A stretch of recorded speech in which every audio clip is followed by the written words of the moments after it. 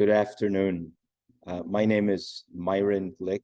I am the founder and CEO of Jericho Road Community Health Center in Buffalo, New York. I'm also a family doctor, and the title of my talk today is On Being a Family Doctor, How Do I Find Joy in My Work as a Family Physician? I think this is a pretty it's a different topic for me. You guys know that a lot of times I talk about justice and healthcare to the underserved. But as I've thought about, where I'm at in my career, I've practiced as a family physician for 26 years and in Buffalo at Jericho. And then before that, I had 4 years of college, 4 years of medical school, and then 4 years of family medicine training and fellowship. And so I've been doing this for a long time. And as I've been on this journey, I've definitely experienced some challenges. And I guess that's what I want to share today about my experience. The hope is that this talk will encourage you, wherever you're on that, what part of the journey you're on. Some of you may be students, maybe not even in medical school yet, and you're just contemplating a career choice like this, or you're trying to get into medical school and it's a lot of stress. In medical school, you're probably struggling, or residency, or maybe you just started out in practice and you're trying to find your way, or you're mid-career like I am. And so it's a privilege to be able to connect with you guys. I wish we were in person, but this will do for today. So as we get started, I thought I would share my journey, just to give you a sense of, a little bit of what it was like for me to go through this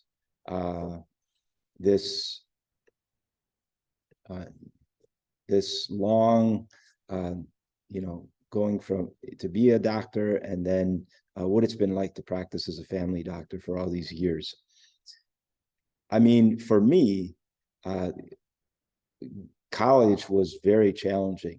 I had grown up as an Amish Mennonite kid born in Lancaster, Pennsylvania, spent a long time in Belize, came back to Lancaster, attended parochial schools.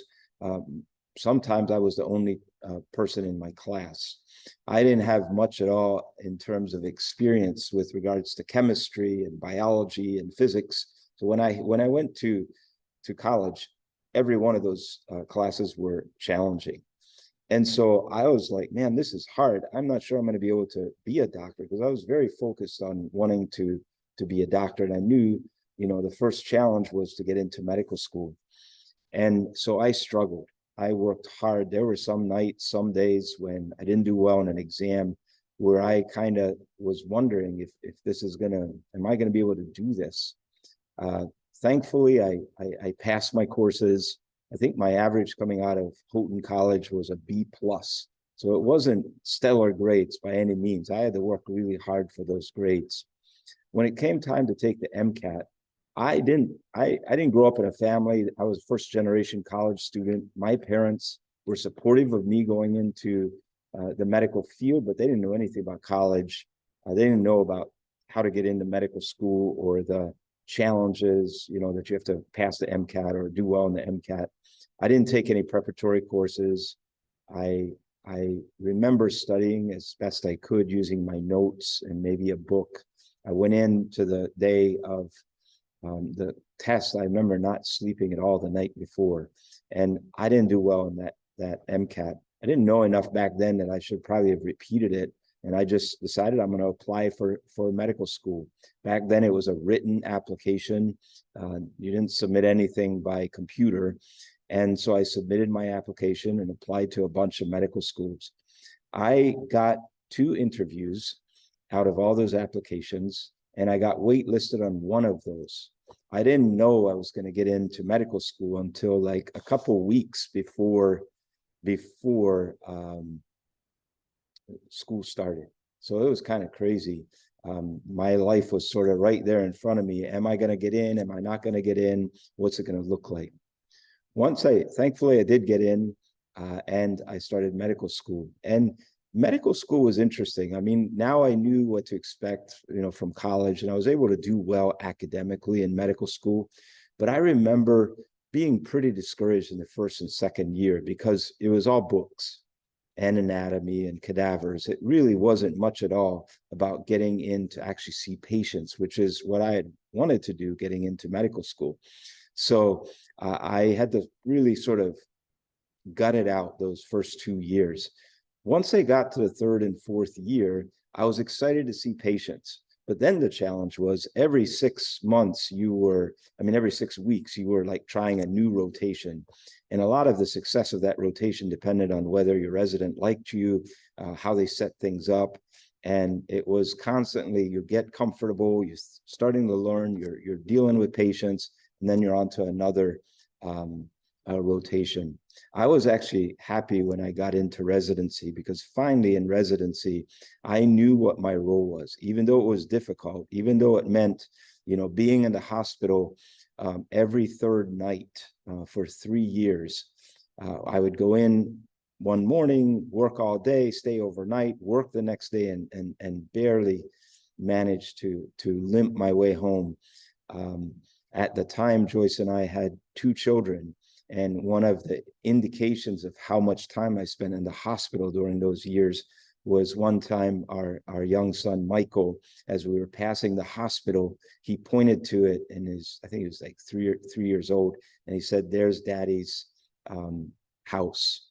And so that, I think the challenge in residency was just putting in the time, all those hours, and somehow balancing that with my responsibilities as a husband, my growing responsibilities to our first 2 children, and trying to stay healthy in the midst of a very rigorous course.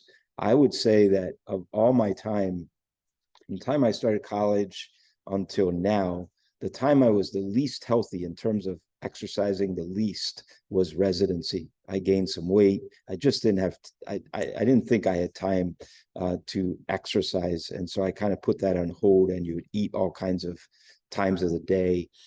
But thankfully I've changed once I got out into the real world. For me then, Joyce and I finished residency, did a year in a fellowship, and then we started Jericho. And now the last 26 years, it really has been about being at Jericho Road. And that has been amazing experience, but it's challenging. Being a family doc is not easy. It's a struggle some days. I at first, the first 4 years, I was a solo doc.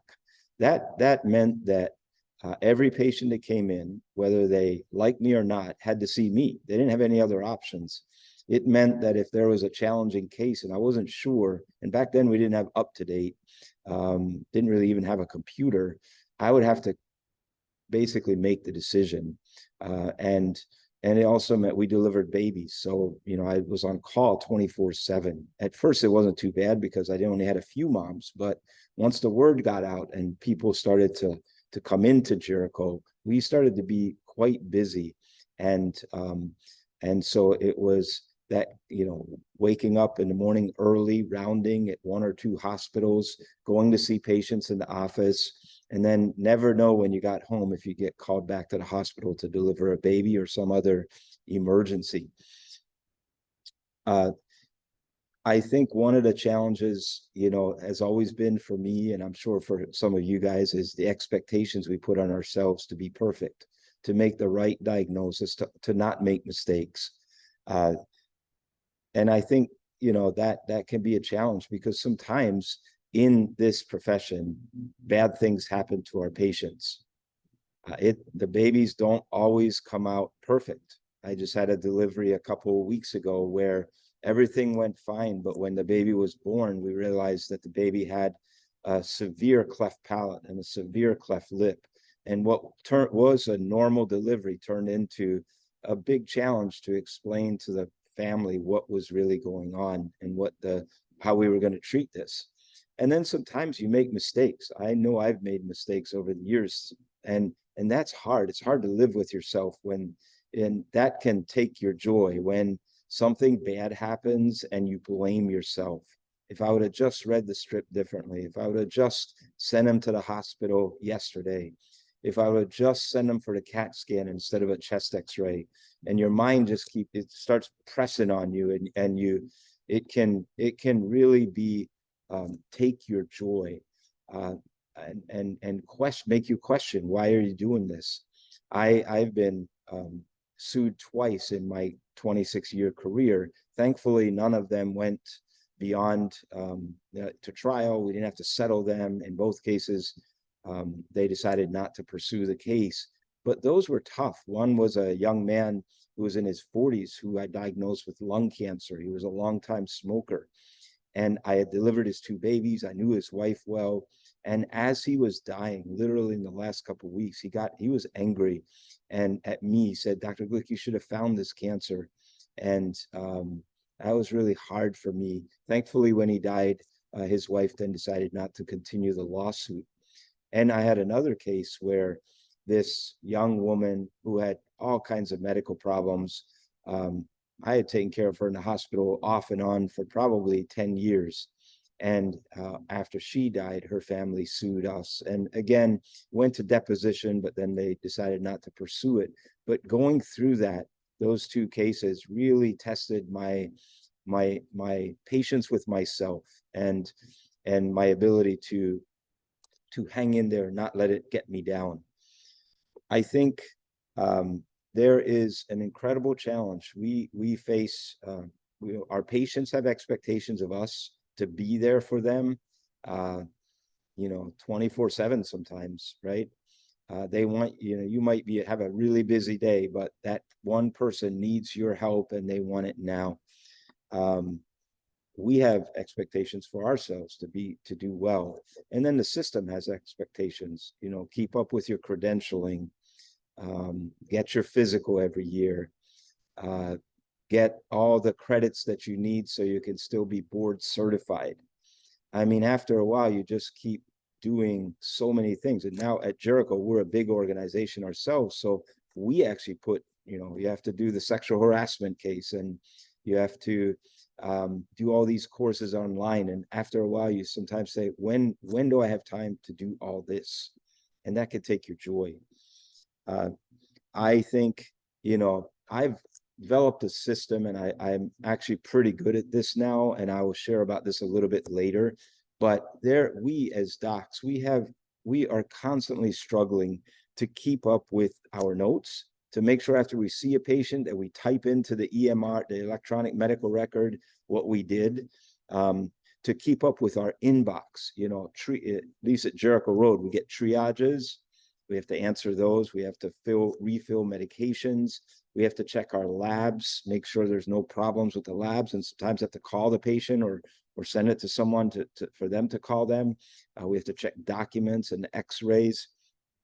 And this is a day-to-day thing. I mean, you finish one day and the next day your box is full again. It's a never-ending challenge.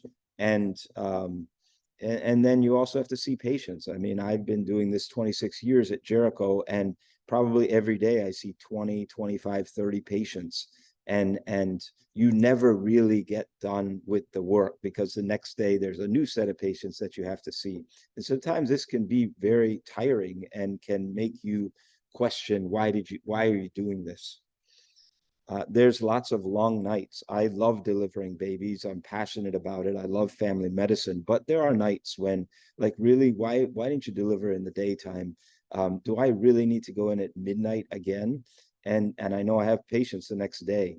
And so you kind of lay on the couch in the lounge and you try to catch a little bit of sleep, and you stumble out of the on-call room and you rush into the room, and then you're supposed to be like on target and in the moment and make good decisions and be there for the nurse and for the resident that I'm teaching and for the patient and her family. And it can be challenging sometimes. I think one of the other things that's a struggle and sometimes can be hard as we think about this journey is saying goodbye to patients that you've known for a long, long time as they pass. As I get older, there are patients. I remember when I started, patients would come in and maybe they're 20 years older than me, and they would joke around. They'd say, I wanted to have a young doctor because I wanted to make sure this doctor outlasted me.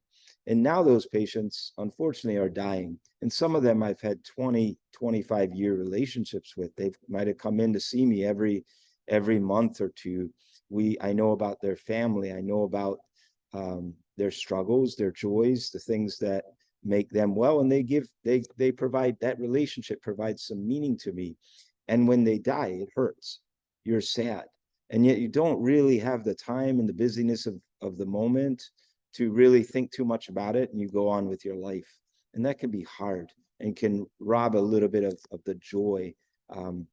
I think Joyce and I, we grieve the friendships that we've had with patients who are now passing on as time goes on at Jericho. And I would be remiss to say that this journey that I started 40 years ago when I got into Houghton College as a very naive, young Amish Mennonite man, this long journey of 40 years, which is incredibly meaningful, but has been a long journey. I would be remiss to not talk about sacrifice. You know, for me starting Jericho, there was a significant sacrifice of financial resources. First couple of years, I had 3 other jobs because we didn't have the ability to pay ourselves out of Jericho Road. And I mean, God's been incredibly faithful. I remember a patient who helped get our first 2 children through college. I remember, you know, today we're debt free. Like, we're blessed, we're fine, but there was some sacrifice there. You're never going to be, quote, rich in American terms when you do this kind of work that we do at Jericho. There's a sacrifice of time. Wow, I've tried to balance the best I could, being a husband, being a father of 4 children, getting to their games, their hockey games, their soccer games, their volleyball, their rugby, all that stuff. I've missed some things, I suspect. I even think about, you know, Joyce and I just 4 days ago had our first grandchild born in Seattle. And our son Michael and daughter-in-law Emily are professionals, but they're getting 6 to 10 weeks off to be there with our new granddaughter Lydia. During medical school, when Michael was born, I got 1 day off from an internal medicine rotation. And I you know, so I think, while I think Joyce and I have been good parents and God's blessed us, there has been a sacrifice of time, and you can't get that time back. Your children grow up, you get older, and so you think about that. And then there's been, in a way, you know, when you do this work, the work that I've committed my life to do, in some ways there's a sacrifice of prestige. You're a family doc, you're serving the poor, you don't publish any notable scientific articles, you don't do any research, you're not a chairman or up the ladder of an academic facility. And I do get a lot of accolades for the work that we've done at Jericho, but there is that sense sometimes of what you've given up, and you just have to deal with that. So I think for each of us, the journey in medicine, and whatever stage you're in, is different. I just gave you some of the stuff that I've struggled with over the years that have been, that could have taken away my joy. I think for each of you, this can be different. And so let's just talk a little bit about a couple things. So first of all, you know, maybe the opposite of having joy, and we'll define joy in a little bit, is this the idea of burnout. And I wanted to, because it's something that we see at Jericho Road, we see in health professions, it's very common, and it's something that we have to think about and acknowledge. And part of why I'm sharing this today is to give you my journey, my experience, and to give you a sense of how I've tried to deal with it. what's prevented me from being burned out. I've felt overwhelmed many times over the last 26 years, but I don't think I've ever been burned out. And what I say may not work for you, but maybe there's something that you hear today that can help you along the way. I'm not here to make me look good. I'm not here to say burnout's not real. I'm here to say that if you are feeling overwhelmed, if you are getting close to being burned out, or even if you are, that there is help, and that there may be some things you can hear through what I say, the remainder of this talk, that maybe could be helpful. Just a definition, burnout, physician burnout is a long-term stress reaction that's characterized by emotional exhaustion. You're just done. A lack of empathy. You may at one time you went into medicine because you cared about people, and now you don't care at all about that person in that room. You can hardly force yourself to go in the room, and you just want to get out. The whole goal is just get out, move on. Don't go too deep. Don't let them touch you. Just do the job and move on. And then you start to feel bad about yourself. You're not achieving what you thought you would achieve. You're not who you wanted to be. You know you're not practicing probably the right way because you're so withdrawn and tired, and you just start beating up on yourself. I think it's good to think about, well, what is joy? Now, joy is not necessarily happiness, and I'm not an expert here, so I'm going to give you my take on this. Happiness is in the moment, this incredible feeling of well-being. We've all had moments of happiness. You score a soccer goal. You see your granddaughter for the first time on FaceTime. You do well in an exam, or you accomplish a hike. Something that brings just, you feel great. Joy, I think, is a sense of a deep emotional well-being or peace. I like to think of it as peace that is present even if you're in the midst of a storm, even if life is hard, even if you're starting to feel overwhelmed. There's this foundational sense of peace.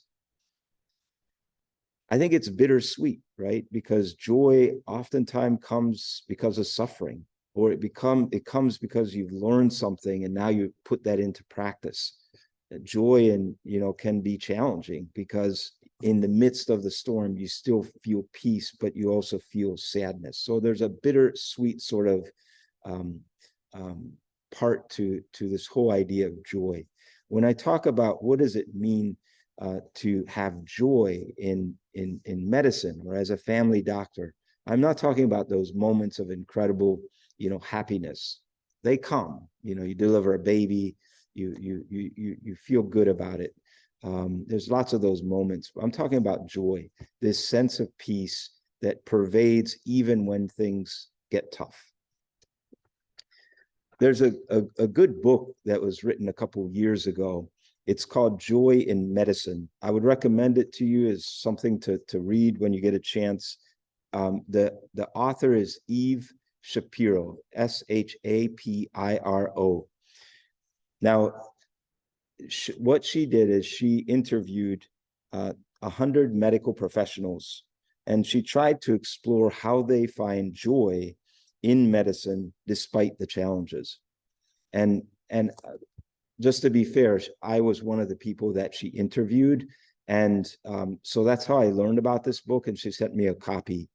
And one of the things, I just wanted to briefly share some findings. And what she found is that of all the people she interviewed, all people, doctors, CEOs, healthcare professionals, nurses, administrators, social workers, people involved in the healthcare field, she found that there are 6 main factors that diminish our joy in medicine. Number 1, the pressure to see more patients in less time. 2, to focus on quantity instead of quality. Fear of lawsuits. The inbox and the electronic medical record is overwhelming. You just can't keep you can't keep up, and you get behind, and it robs your joy. You end up you're taking a computer home at night, you're working on the weekends, your boss tells you 2 weeks later you didn't do any of your notes, you just start to feel bad about yourself. That robs joy, and that's not a unique experience to you. Lots of doctors and nurse practitioners and PAs and even students deal with this, and they feel bad about it. Failure of administrators to hear their concerns. We may bring up ideas and problems, and we don't listen. And then disrespect, feeling disrespected in the workplace, just feeling like a number, feeling like you don't really matter. And then what she also found is factors that promote joy. And there is 5 main factors. One is the passion that you have for the work. That passion, the reason why you went into medicine in the first place, if you don't lose that passion, that can continue to bring you joy 20, 30, 40 years later. I know for me that is true. 2 is having some autonomy and control, not just being told what you have to do and just do it. One of the things we've learned at Jericho, because we have 40, 50 providers now, is we've learned that we have to listen to each one. None of them are the same. We all have differences. So we may need a little bit more time for certain types of visits. And we try to build that into everyone's schedule so that not everyone has exactly the same thing. I think that kind of having some autonomy and control over your schedule and your work is really important. Working as part of a team. You're not all alone. You have a team of people that are working with you. Working in multiple roles. Maybe doing, you work at Buffalo, but you get a chance to go on a global trip. Or, in my case, I'm a family doctor. That's my main role, but I'm also an administrator, as the CEO of Jericho. So my day is never boring. And then the final thing is to find a work-life balance that works for you. For each of us, it's different, but how do you balance both of those things together? So I wanted to talk about some decisions that I've made that have helped to bring me joy as a family doctor.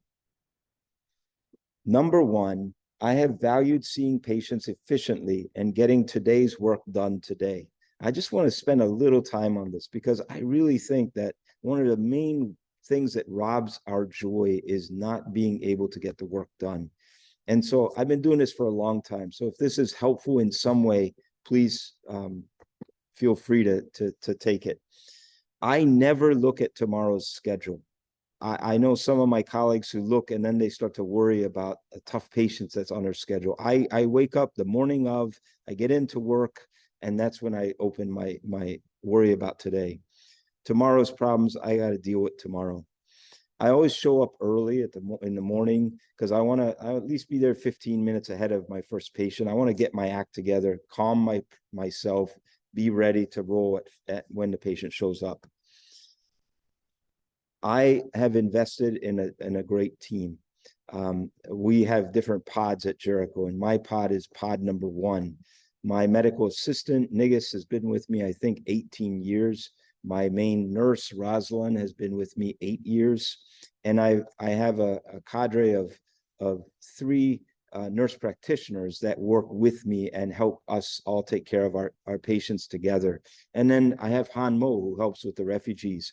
That team, we work together well. And we have our moments, not always fun and games, but we've been together for a long time. That team really helps me do a good job.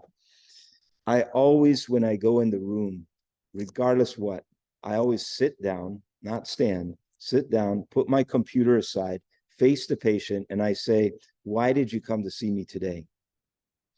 And then I listen. I want to set the agenda at the beginning of the meeting, of the visit, to make sure that that I know what they're here for. And then I may have an agenda, like I want to check your diabetes. I said, well, all right, we'll do that, but we also want to do this. If they have too many things that they want done, I sometimes say, well, I can't do all of those today. We'll bring you back in a couple of weeks to address those things. Is that all right? And then we get on with the visit. I always try to touch the patient, like to do a physical exam, even though most of the time, honestly, don't tell anyone this, but it doesn't really help me make a decision. I mean, sometimes it does, but most of the time it doesn't. But I find that doing that physical exam, just a portion of it, gives that sense that I'm in the moment with the patient. I don't take phone calls in the room. I don't do anything else in the room. For that 15 minutes, my only focus is this patient. When I leave the room, I do the note immediately. I go outside, I put my computer on, and I write the note. I do the billing, I put in the orders. I joke with my team because I'm a busy guy. I'm also the CEO. So sometimes people come to Pod One because they want to talk to me. I don't even look at them. I do my note first. I joke with people, if it was Jesus standing there or President Obama, I wouldn't look up. I would still do my note first. I insist on doing the note before I go to the next patient. When I go to see the next patient on my schedule, I completely forget about the first patient I saw because everything's done. If I do need to think about something more, I'll send myself a triage, but I don't leave the note open. I don't leave the encounter open. I want to be done with it and move on. And then I stay current with my inbox. I do triages, labs, and documents. I make sure every day I'm current. I have a system now that works for me, and my patients are probably trained, right? And this system works so that I get a lunch and I get to go home. And when I go home, I don't take my computer. And that's this simple thing. If there's a way to efficiently get through your day and deal with your inbox, would be a huge step for many of you who are practicing medicine, especially those of you who are new. Second thing I've decided to do, a decision that I made, is to invest in long-term relationships with my patients. I would love to go into this more, but we just don't have the time. But there is a patient, Alicia, who I met when she was 15. At the time, she was pregnant. Her mom was upset, wanted her to have an abortion.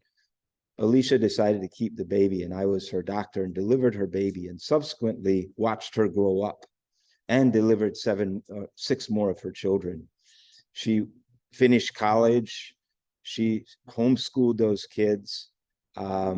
She turned into an amazing mom, and it's not been easy for her. And yes, absolutely, she's had some struggles.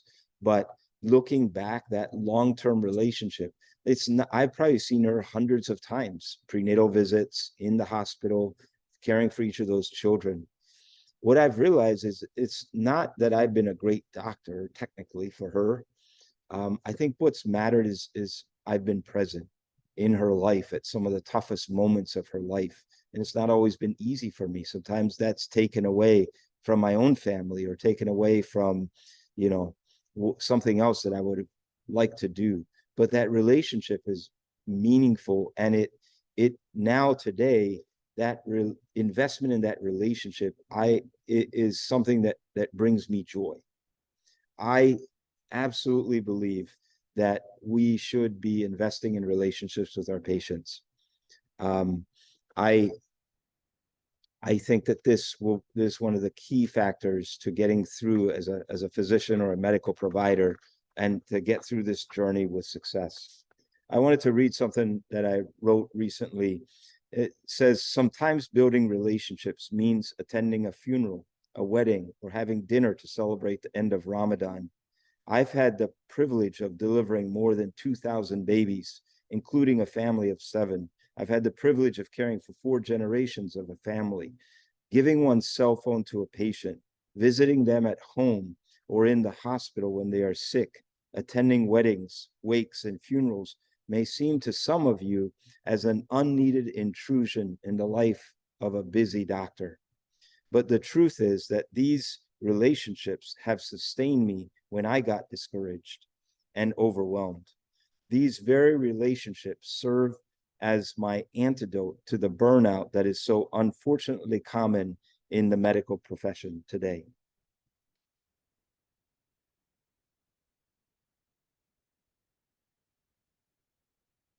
The third decision that I've made that I believe has helped me push back burnout and has given me joy and it may be counterintuitive in a way. And that is that I've chosen a life of service to others over the accumulation of personal wealth, power, or prestige. I don't want to go into that, but I'll just leave it at that. I think that decision of it's a passion, it's a ministry, it's our mission. Staying true to that mission gives me joy. It's a ballast against the storm. Number 4, I've chosen to value mentoring the next generation of medical providers and leaders. Part of this is purely selfish in that by me being a preceptor, for instance, to residents and students, it keeps me up to date in ways that I probably would slack off if I didn't have to act like I know what I'm talking about.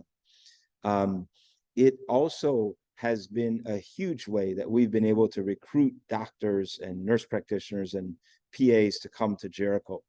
I think of, I just wanted to read a list, and this is just a list I came up with. There probably are more of the people that I invested in as students who now are working at Jericho or did work at Jericho in the past. Paul, Shawana, Takesha, Heather, Melissa, Catherine, Alana, Ethan, Cassie, Abby, Titus, Heidi, Anthony, Tatum, Norman, Christine, Nerva, Ashley.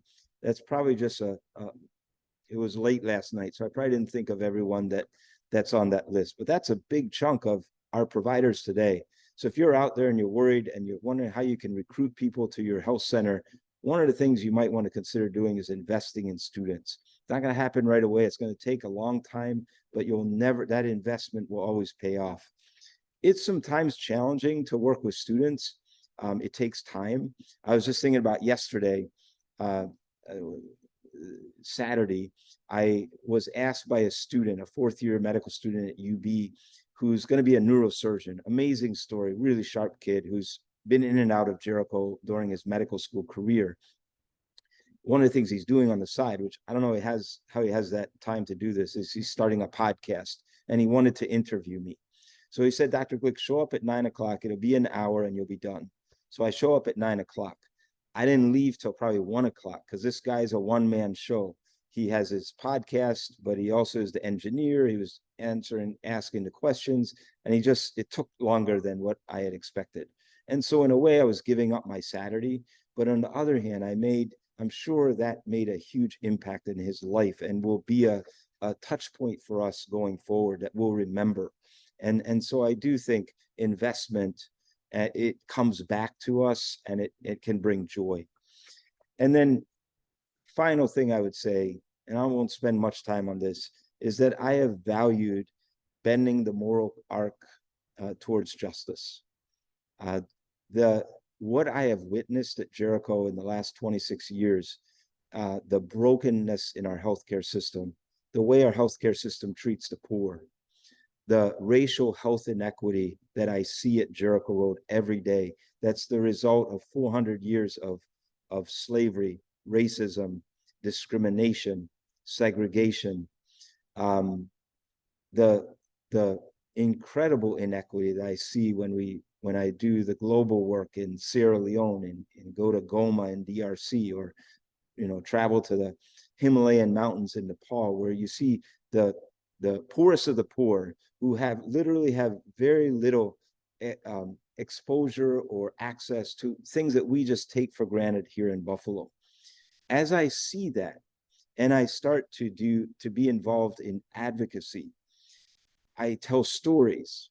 I help to build a system like we have at Jericho that starts to